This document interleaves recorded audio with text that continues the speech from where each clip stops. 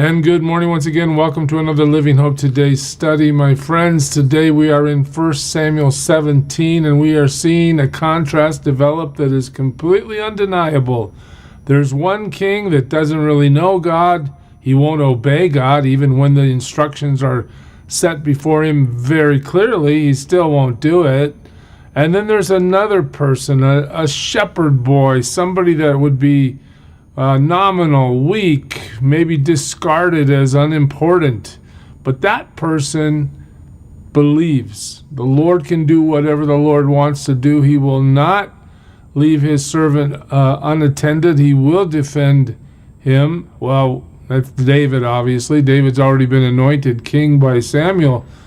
But today, God proves it. God shows the difference between fear and faith through the life of Saul and the life of David. Let me show you what I mean. It's a long chapter, so we're going to have to hurry today. Now the Philistines gathered their forces for war and assembled at Socoh in Judah. They pitched camp at Ephes Damin between Socoh and Azekah. Saul and the Israelites assembled and camped in the valley of Elah and drew up their battle line to meet the Philistines. It was common in the ancient world that one army would be on one ridge and one army would be on the other ridge, and there'd be a valley or a plain in between them where they would eventually, after looking at each other for a while and screaming threats at each other, they would eventually rush into that middle ground and kill each other to see who could win the battle. All right, so that's what's set up here in the first part of chapter 17. The Philistines occupied one hill and the Israelites another, with the valley between them. Oh, here we go. A champion named Goliath, heard of him? Who was from Gath, came out of the Philistine camp. Look at this. Listen to this. He was over 9 feet tall. Could have been an NBA star. He had a bronze helmet on his head and wore a coat of scale armor of bronze weighing 5,000 shekels. The point being, you and me, we couldn't even pick it up. He wears it as a garment. On his legs, he wore bronze greaves. Those are like shin protectors. And the bronze javelin, again made out of metal, very heavy, was slung on his back. His spear shaft was like a weaver's rod, again huge and heavy, and its iron point weighed 600 shekels. His shield bearer went ahead of him. Why all this detail? Well, we're being painted a picture here, aren't we? This guy is massive with massive weaponry, and he has to be stronger than 10 guys. I mean, it just sounds like he's invincible. Goliath stood and shouted to the ranks of Israel, "Why do you come out to line up for battle? Am I not a Philistine? And are you not the servants of Saul? Choose a man and have him come down to me." Here comes the threat. "If he's able to fight and kill me, we will become your subjects. But if I overcome him and kill him, you will become our subjects and serve us." Hey, so let's forget about the paradigm of everybody rushes into the middle and tries to kill each other. Just send one of your guys. Well, of course, who can compete with a monster, with a giant, with a guy that's so abnormally huge? What man could do that? It's impossible. Or is it? Then the Philistine said, "This day I defy the ranks of Israel. Give me a man or let us fight each other." Come on. In middle school, we used to say, "Choose ya," and that meant we were going to fight. Well, here Goliath is saying this to the whole camp of the Israelite army. On hearing the Philistines' words, here we see the first contrast. What happens? Saul and all the Israelites were dismayed and terrified. Okay, so the guys that have no faith, no understanding of the power of God, no willingness to submit to the command of God, they're terrified. Why? Because the threat is real. They're going to die for sure. God is not in their equation at all. Now, David was the son of an Ephrathite named Jesse, who was from Bethlehem in Judah. Jesse had 8 sons, and in Saul's time he was old and well advanced in years. Jesse's 3 oldest sons had followed Saul to war. The firstborn was Eliab, the second Abinadab, and the third Shammah. So Jesse's old. He had 3 guys from his family are already there at the fight. David, here we go, 17:14. Here comes the foil, the contrast to the power of Saul. David was the youngest. The 3 oldest followed Saul, but David went back and forth from Saul to tend his father's sheep at Bethlehem. 15, David's still running back and forth, going back home to worry about the sheep, and then bringing supplies back to his brothers who are in the army. For 40 days, the Philistine came forward every morning and evening and took his stand. So 6 weeks are going by. Goliath is screaming out insults to the Israelite army. The Israelite army is terrified. David's going back and forth. Now Jesse said to his son David, "Take this ephah of roasted grain and these 10 loaves of bread for your brothers and hurry to their camp. Take along these 10 cheeses to the commander of their unit. See how your brothers are, and bring back some assurance from them." So the author of the story is intent on bringing us the fact that David has nothing to do with fighting. He's the grocery boy. He's running food back and forth. He's told to bring a report to Dad. Well, they are with Saul and all the men of Israel in the valley of Elah fighting against the Philistines. Well, early in the morning, David left the flock with a shepherd, loaded up, and set out as Jesse had directed. He reached the camp as the army was going out to its battle positions, shouting the war cry. Again, every day we're going to yell at each other till we decide to actually fight. Israel and the Philistines were drawing up their lines, facing each other. David left his things with the keeper of supplies. He ran to the battle lines. He greeted his brothers. As he was talking with them, Goliath, the Philistine champion from Gath, stepped out from his lines and shouted his usual defiance. Here we go. And David heard it. Now David is aware of this giant talking about how he's going to kill those Israelites. When the Israelites saw the man, they all ran from him in great fear.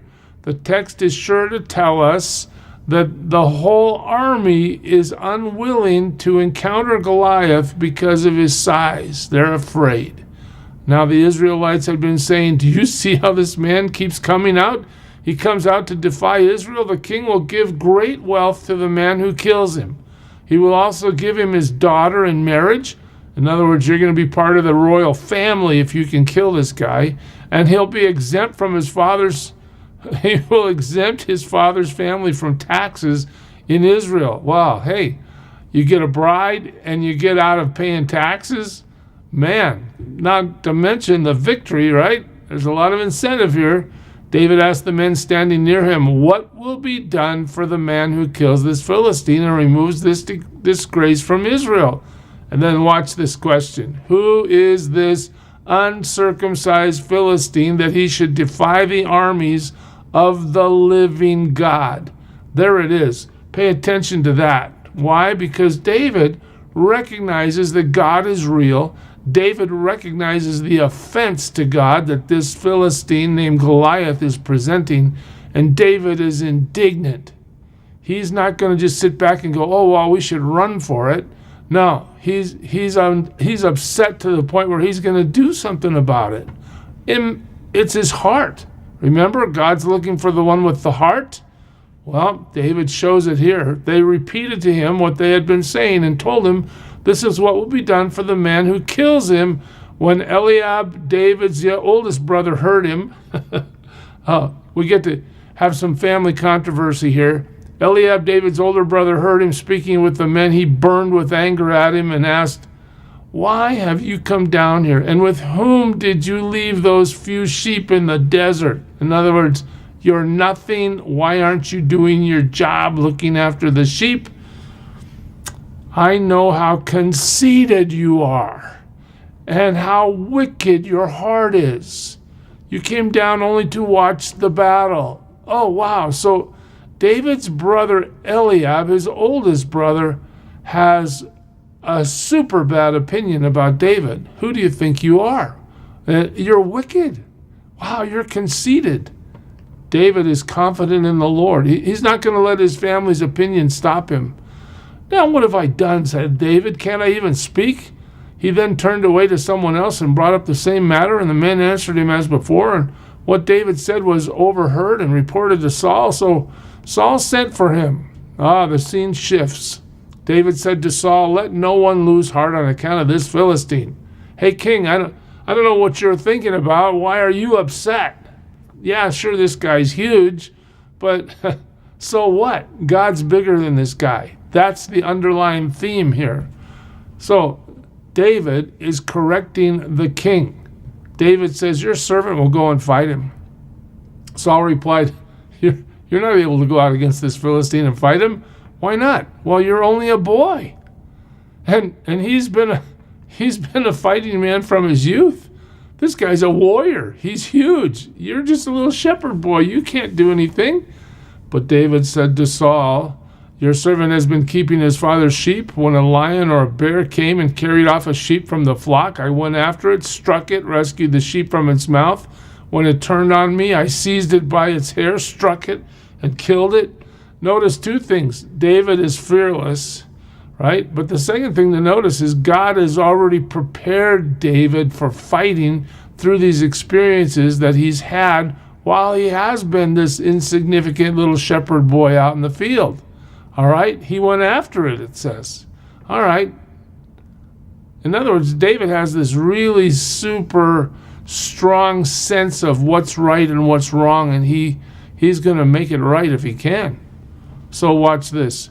Your servant has killed both the lion and the bear. This uncircumcised Philistine will be like one of them because he has defied the armies of the living God. Wow. Look at this. The Lord who delivers me from the paw of the lion and the bear, and the paw of the bear will deliver me from the hand of this Philistine. Saul said to David, go, and the Lord be with you. David has full confidence, absolute confidence, but his confidence isn't in himself. His confidence is in the God he serves. The Lord will deliver me. Then Saul dressed David in his own tunic. He put a coat of armor on him and a bronze helmet on his head.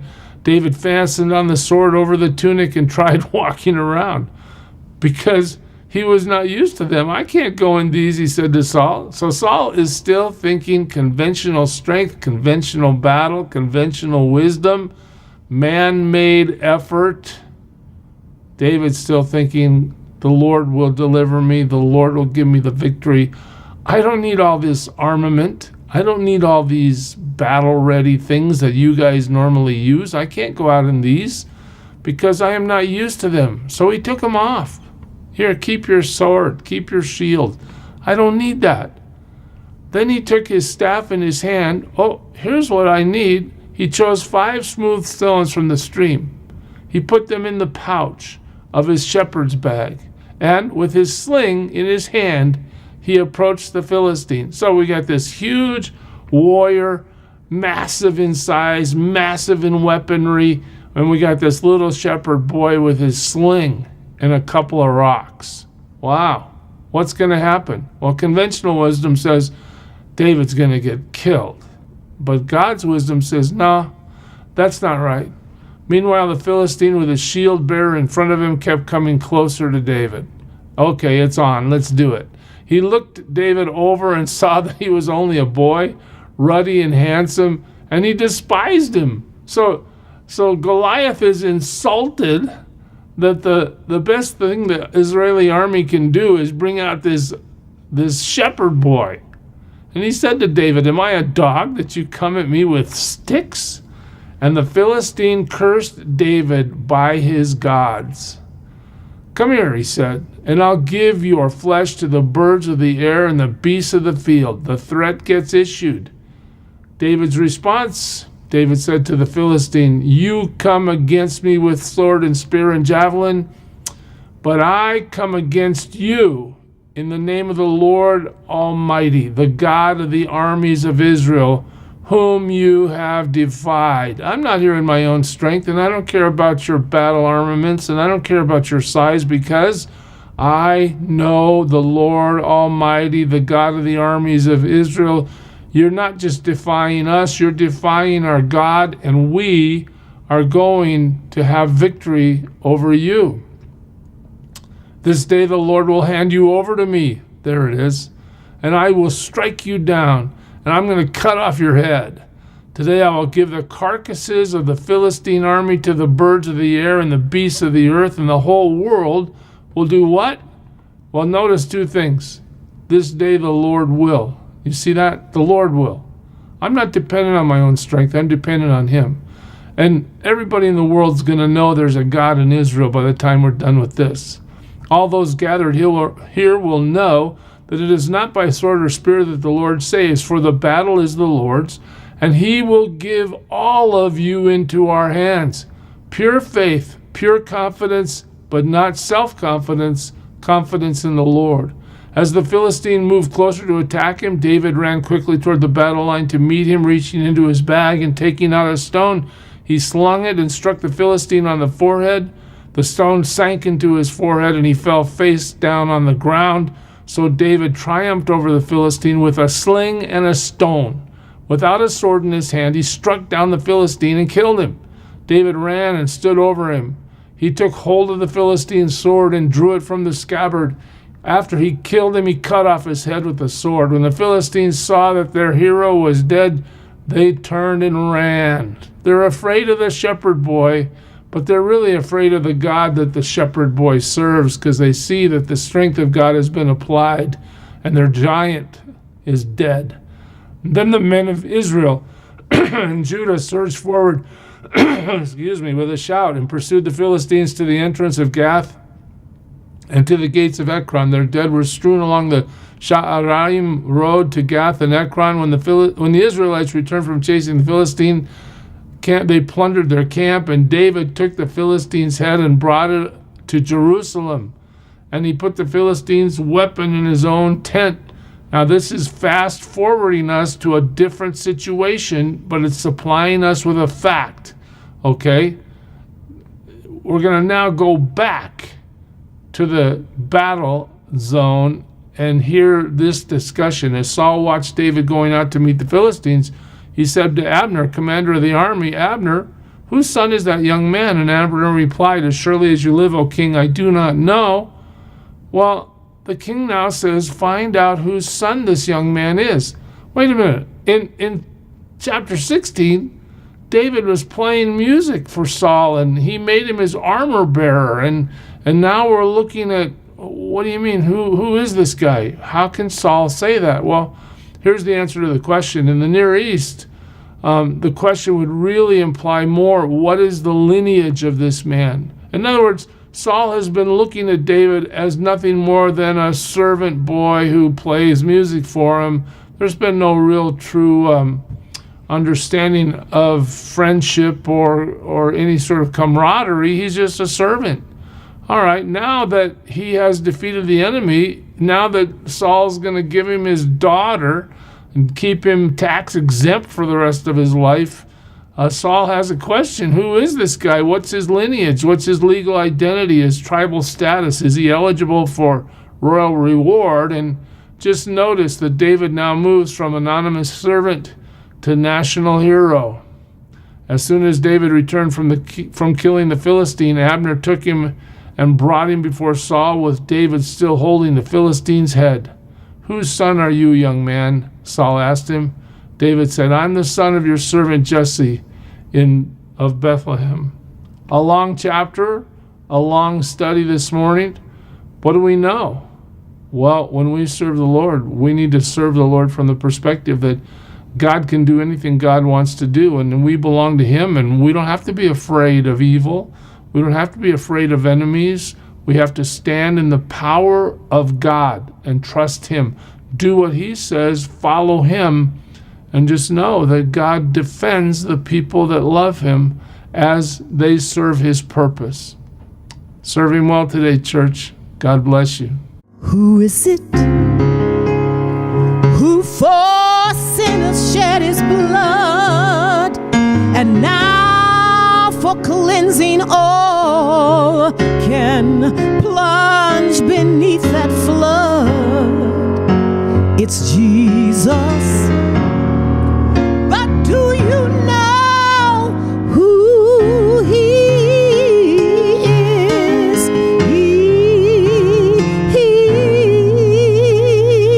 He's the image of the invisible God, and he's the brightness of his glory, the first, the last, the future, the past.